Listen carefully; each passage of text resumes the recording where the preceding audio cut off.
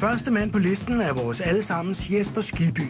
Han cyklede rundt med de bedste i Tour de France og sejlede rundt i Godmorgen Danmark. Han kunne tåle nok så meget doping, men knap så meget gammeldansk. Jeg havde... Og der måtte jeg så ty til nogle hjælpemidler, ikke? Altså, har hjulpet mig at skrive den her bog. Jamen, jeg har det fint med Jesper Skibby, og for at være helt ærlig, så siger jeg Godmorgen Danmark hver eneste morgen, og vi kan godt blive enige om, at det program ville blive 40 gange sjovere, hvis alle gæster var fulde. Du tror, tag lige en sluk vand, Jesper. Hvor du er fan. Ja. Tag en sluk vand, for du er simpelthen kommet drønende ind ad døren på grund af den her travle morgentrafik. Ja. Det er muligt, at han var stiv på det givne tidspunkt, men altså, det skal man sgu også være for at gøre noget, der er så dumt som at gå ud og indrømme, at man har været dopet over en cykelløb, når man ikke var en bedre cykelrytter.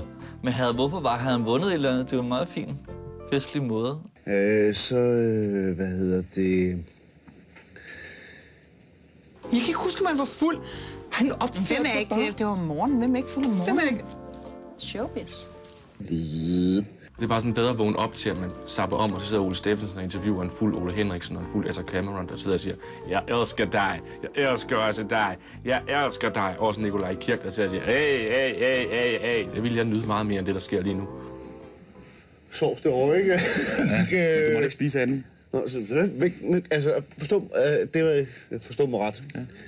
Enten så er det simpelthen, at han kommer direkte fra morgenværtshus. Altså, det er jo frisk, hvis man ligesom har taget sådan en 24 timers struktur. Det synes jeg, der er et eller andet sted, han skal have ros for. Det er da klart, altså jeg kan ikke sige, at det okay, det måske også, det vil sige, roen er der allerede. Det er måske selvfølgelig er der nogen, der er en lidt forvirring, men altså... Fuld eller forvirret? Du er altid god for en sjov bemærkning. Velkommen på listen, Skibby.